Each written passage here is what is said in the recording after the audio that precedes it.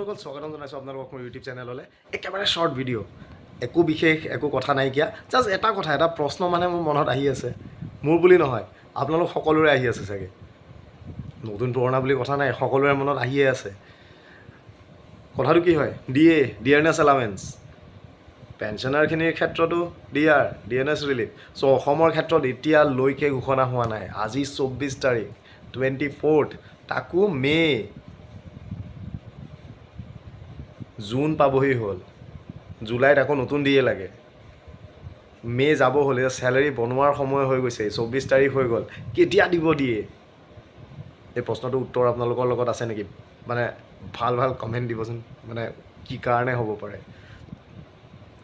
আমি আগতে দেখিছিলোঁ যে ডিএ ঘোষণা হোৱা দেৰি হ'লে, বাৰু এইবাৰ এটা বস্তু বুজিব পৰা গৈছে যে চৰকাৰ গঠন হোৱাত যথেষ্ট সময় লাগিলে, আৰু যিহেতু ইলেকশ্যনছ আছিলে, সেইটো সময়ত যিহেতু এখন পূৰ্ণাংগ চৰকাৰ নাছিলে, তেওঁলোকে সেইটো ঘোষণা কৰিব পৰা নাই।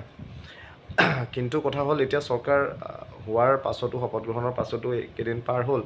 চ' আমি আশা কৰিছোঁ কালি পৰহি মানে ঈদৰ আগত, যিহেতু বৃহস্পতিবাৰে বন্ধ আছে ঈদৰ, চ' সোমবাৰ মঙলবাৰ বুধবাৰ এই 3 দিন আছে। তাৰপাছতে যিহেতু চেলেৰি ট্ৰেজাৰীত যাব, চ' এই 3 দিনৰ ভিতৰত হয়তো ঘোষণা কৰিব লাগে, আশাবাদী। যি কি নহওক, এতিয়া যাব হ'লেই ঘোষণা কৰিব লাগিছিলে, যথেষ্ট সময় গৈছে।